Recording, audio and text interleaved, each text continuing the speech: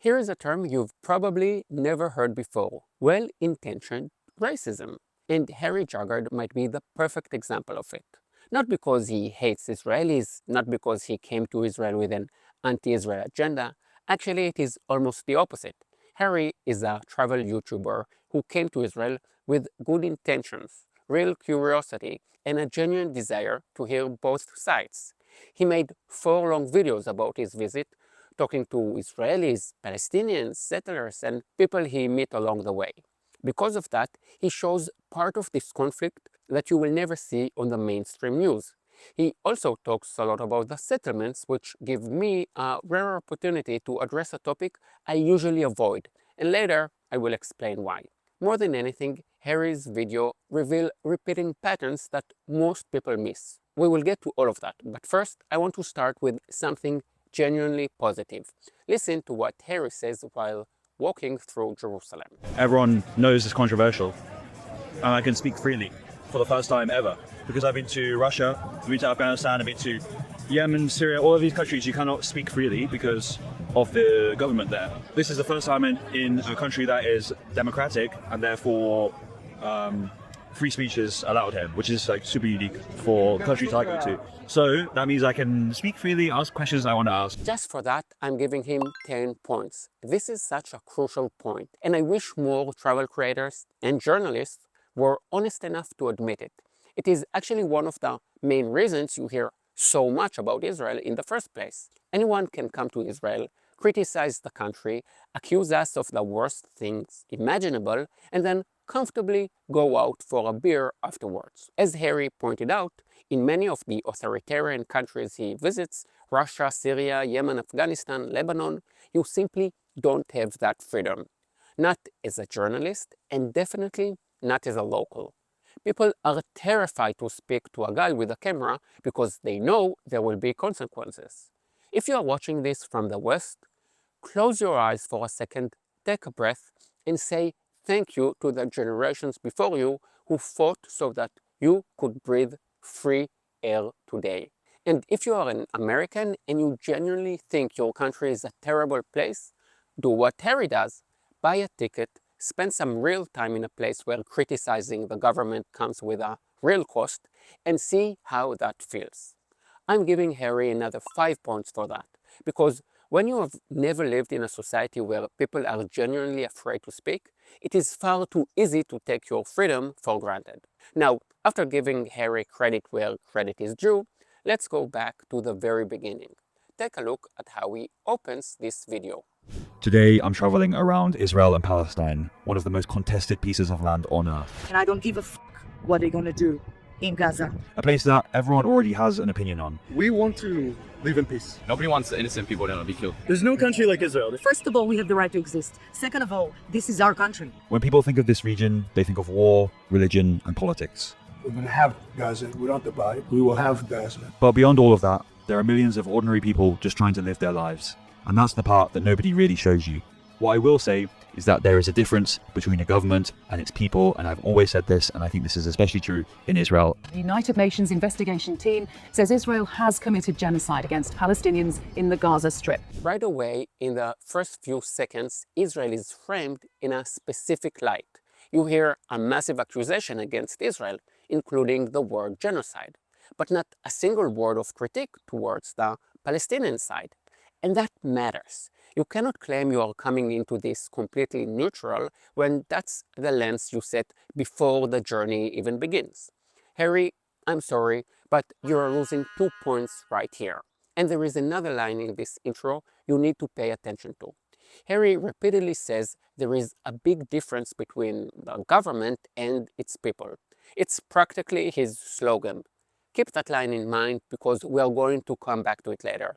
And that's where he's going to lose even more points. When it comes to Harry landing at TLV airport, I honestly don't know whether to give him a point or to take one away. Take a look. Let's talk about what happened when I arrived at the airport. First of all, I was reported on the flight by my next door neighbor. He snitched on me because I was deleting some Palestinian contacts on my phone. I knew that Israel immigration were going to ask me lots of questions and potentially go through my phone. So I just decided that I was going to delete the contacts. It was very stupid of me to do it on the flight. The intelligence agencies, Mossad, whoever it was, they quickly got me out of the queue for immigration, and I went straight to the office and spent about between 4 and 5 hours between waiting and having multiple interviews. My heart was beating out my chest. I thought, I'm screwed. First of all, Harry, it wasn't necessarily the guy sitting next to you who snitched. Your passport literally shows you've been to Syria and spent long periods in Lebanon. When you visit countries that are officially at war with Israel, yeah, security is going to ask a few extra questions. And I love how every security check in Israel is immediately the Mossad. As a low-level Mossad agent, let me tell you something. Mossad handles foreign intelligence. Airport security would be under the Shabak, the Shin Bet. And trust me, they have bigger things on their plate. Also, while we are talking about entering Israel, at Tel Aviv airport, they don't stamp foreign passports. You get a separate blue entry card. Why? So you can later visit Arab countries without an Israeli stamp, causing you problems at their borders. You're welcome, Harry. But then he says something that is just factually wrong. He read my bracelet, which is Arabic writing, says my name. And obviously Arabic writing in a Jewish Israeli company was not super pleasing. He claims that having a bracelet with Arabic writing was not super pleasing to Israelis. Harry, I'm taking a point away from that. In Israel, road signs, government forms, and public spaces are all written in Hebrew, English, and Arabic. Millions of Arab citizens live here, and Arabic is everywhere. Try walking into an Arab country with a Hebrew bracelet and an Israeli stamp in your passport, and let's see how warm that welcome is. But Harry, as we're going to see again and again, holds Israel and Jews to one standard and Arabs to a completely different, much lower standard. Guys, I never thought I'd say this, but welcome to Tel Aviv. Welcome to Tel Aviv beachfront. As you can see, Tel Aviv is completely normal. This is life. We're in the middle of a war right now, and life goes on. Beach life goes on. It also feels really strange knowing that just 1 hour in that direction is Gaza Strip. It's like 60 kilometers. It's really hard to understand that Tel Aviv is right like this. Everyone's enjoying themselves. And in Gaza, you guys know what the situation is like in Gaza. We've all seen it. 70,000 people have died. As you walk around Tel Aviv, it's hard not to notice hostage posters, bunkers built into the streets, people with guns, people wearing army uniforms. It's world renowned for being the LGBTQ capital of the world. And it's got some of the best intelligence services in the world. So if intelligence are following me right now, then that's brilliant. I should very soon be heading to West Bank, and we're going to see what life is like in the two realities. So I've arranged to meet up with someone from the right, around here, the right wing, to kind of get a different perspective, and then we'll head to Jerusalem and meet Palestinians. He starts in Tel Aviv, and everything looks great, but he immediately brings up Gaza. He also mentions how extremely LGBTQ-friendly Tel Aviv is. Keep that in mind, because later on, you will see why that actually matters. Next, he meets an Israeli right-wing woman. Pay attention here. When he talks to Israelis, he talks to women, and he engages with diverse political voices.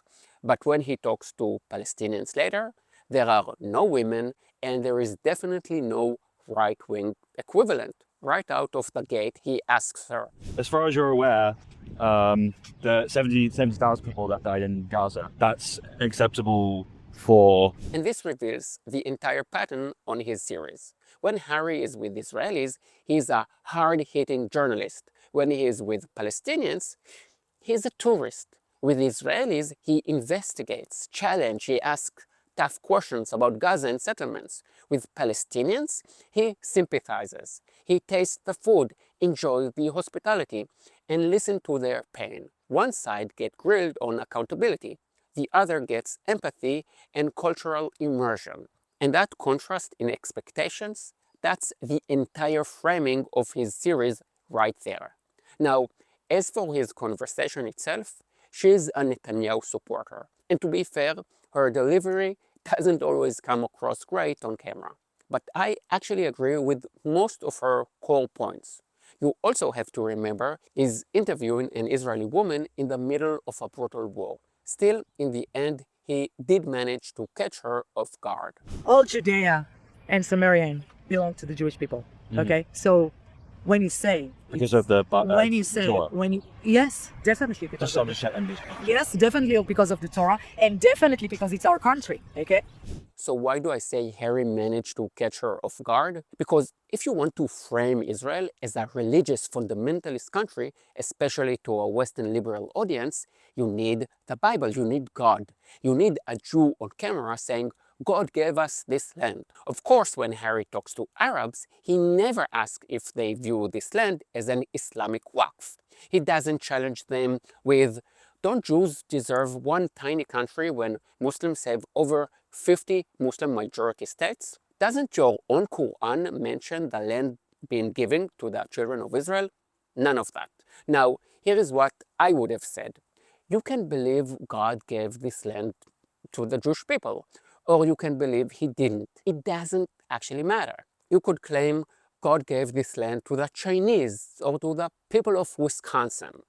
The historical fact remains unchanged. The Jewish people have a deep, unbroken, and documented connection to this land going back thousands of years. Even through centuries of exiles, Jews everywhere prayed facing Jerusalem. Muslims, by contrast, pray facing Mecca.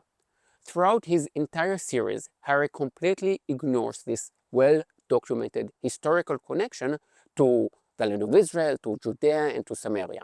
And for that, Harry, you are losing 2 points. It's really a unique situation right now. How is life in Israel? Overall, it's pretty safe. I mean, I like it overall. I think we have only one country and it's here. The effects of October the 7th are felt until today in everyday stuff. I mean, you talk about specific news, everything also dates to October 7th. I mean, politics, everything involves that. Right. I mean, so it's felt in every conversation almost. Do you think that peace is possible? Well, I think that brave people have to be optimistic. They must be optimistic. When you see a leader of a country, how he gets elected in a democratic state. Now, after losing a few points, Harry actually earns 3 of them back when he meets some friendly Israelis who come across much better on camera. Of course, right on cue, he immediately grills them about Gaza and the settlements too. But for a second, let's just look the other way and enjoy the interaction. And right after giving Harry some points, I'm going to give him a few more for bringing up 2 very important issues. This is the Independence Hall, where in 1948, Ben Gurion actually declared independence for the state of Israel. And the British mandate left, and subsequently, the morning after, 5 Arab armies invaded Israel. You'd think that if it was the most important building in a country's history, you'd think it would be in a little bit better condition. But I'm assuming that's why they're renovating it. Harry gets 10 points here. 5 points for mentioning Independence Hall, and 5 points for acknowledging who actually started the War of Independence. But then he loses points again. First of all, Harry visited the very place where David Ben-Gurion declared the establishment of the state. And as he noticed, this crucial historical site is closed, and it's been closed for way too long. In this case, I'm deducting about 100 points from the Tel Aviv municipality, the Prime Minister's office, and the Eretz Israel Museum. These 3 bodies are responsible for this disgrace. Seriously, as a tour guide, I've been embarrassed by this for years.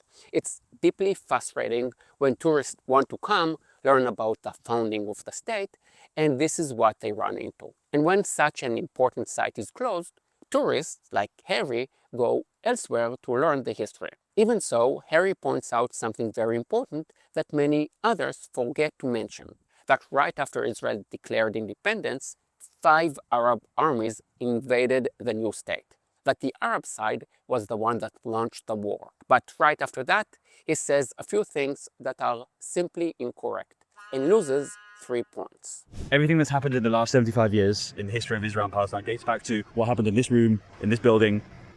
And subsequently after that, 750,000 Palestinians were displaced. And the same day, in Israel's history is called Independence Day. In Palestinian history, it's called the Nakba. So the same day, two completely different realities for two different sets of people. Right after Harry acknowledges that Arab armies started the war, he immediately pivots to the Nakba and the 750,000 displaced Arabs.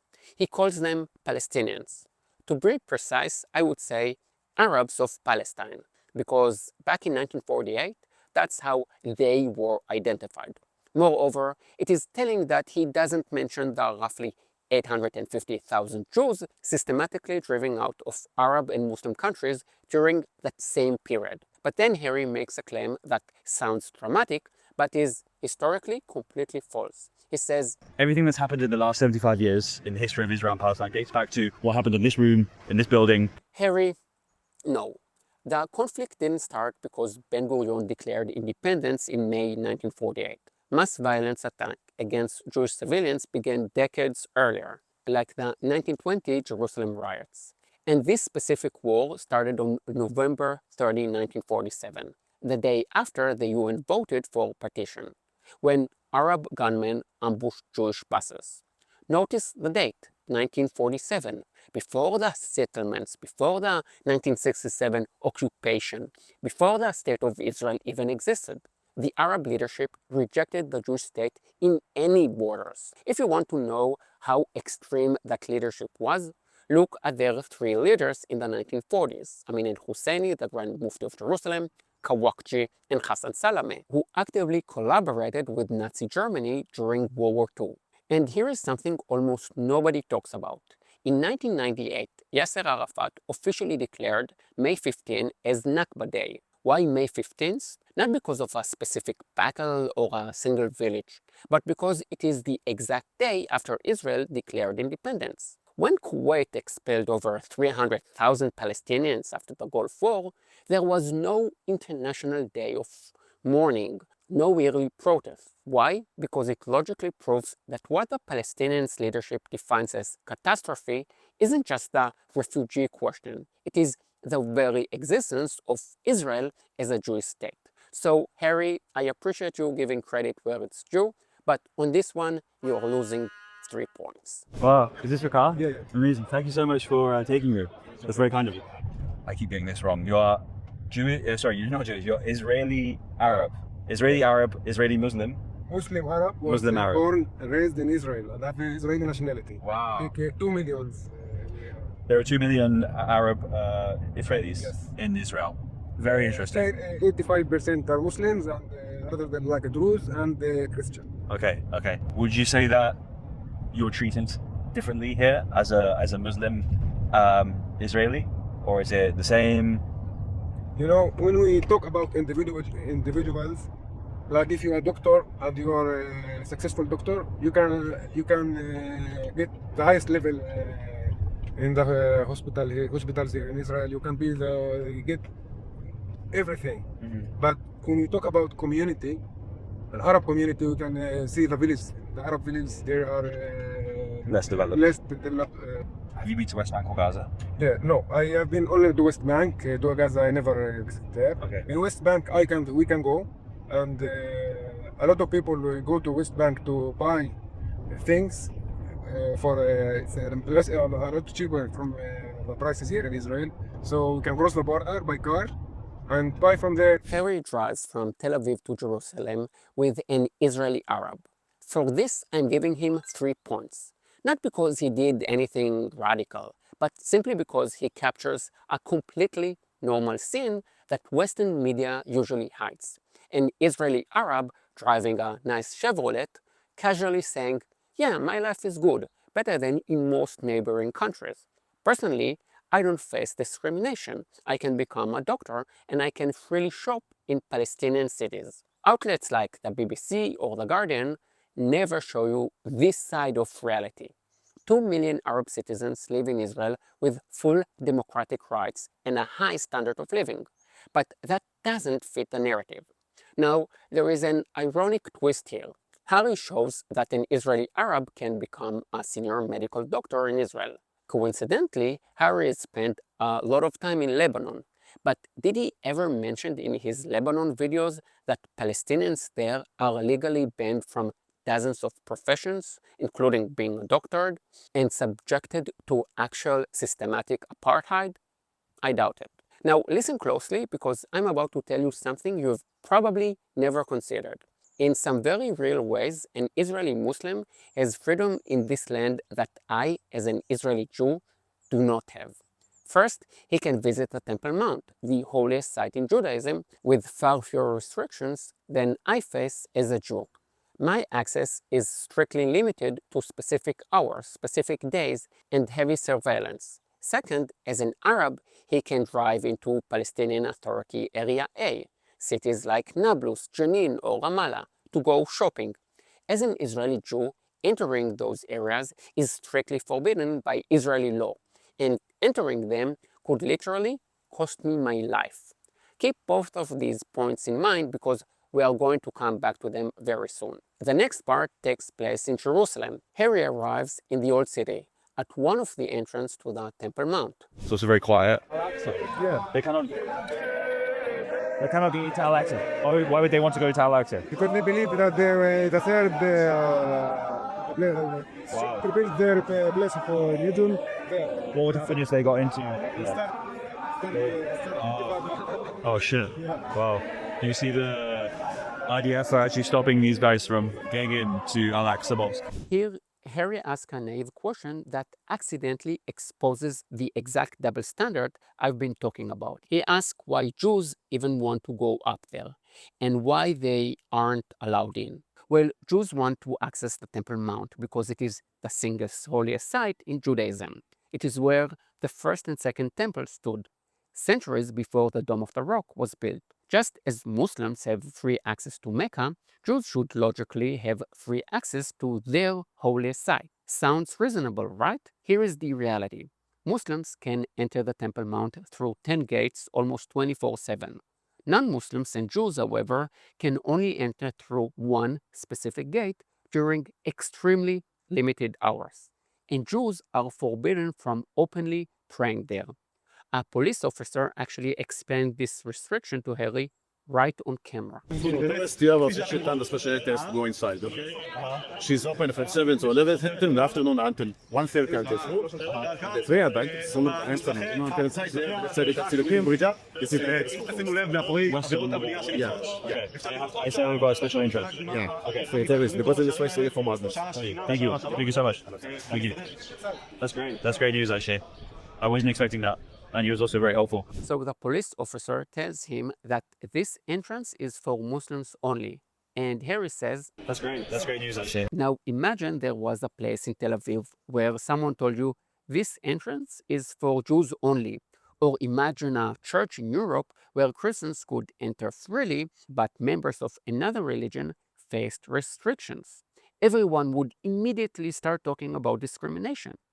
But here we have the holiest site in Judaism, where Jews themselves face major restrictions on entering and praying, and Harry has nothing to say about it. He actually says, That's great. That's great news, actually. Suddenly, this kind of discrimination against Jews is something he simply accepts. And this is only part of Harry's well-intentioned racism. Later, when he gets to the Arab cities, this pattern becomes much clearer and much worse. Harry made 4 videos about his trip to Israel, and everything you have seen so far is just my response to the first video. At first, I planned to make one reaction video for the entire series, because I'm on vacation, as you can see, and because I have so many other ideas lined up. Someone in Syria, for example, sent me horrifying materials about what is happening there to Christians and Druze, stuff nobody is talking about. But as I worked on this video, it just kept growing. I thought about cutting parts out, but in the end, I decided not to. And there are 2 big subjects I didn't even get to yet: the settlements, which Harry talks about a lot, and the LGBTQ issue. I still have a lot of criticism of Harry, and in the next video, he's going to lose a lot of points. What makes Harry such an interesting case is that he's not just another journalist coming here to attack Israel. I genuinely think he comes with good intentions. He really believes he's open-minded, listening, giving both sides a voice, and showing reality as it is. And that's exactly what makes his videos so fascinating, because without even realizing it, he reveals just how differently he judges each side. When he is with Israelis, he is a journalist. When he is with the Palestinians, he is a tourist. And when he gets to the Arab cities in the next video, that gap becomes impossible to ignore. Still, I want to give him credit. He shows people, places, and sides of this conflict that even I haven't showed you. In the next video, he even films in places that I, as an Israeli, am legally forbidden to enter. We will talk about the settlements, we will talk about the LGBTQ rights, and most importantly, we will see what happens to Harry's tough questions when he crosses over to the Palestinian side. So if you want to see part 2, subscribe to the channel and turn on the notification bell so you don't miss it. And if you value my work, please support this channel through Coffee. That support allows me to keep making these videos and show you a side of Israel that too often gets unheard. I will see you in part 2. Yalla bye.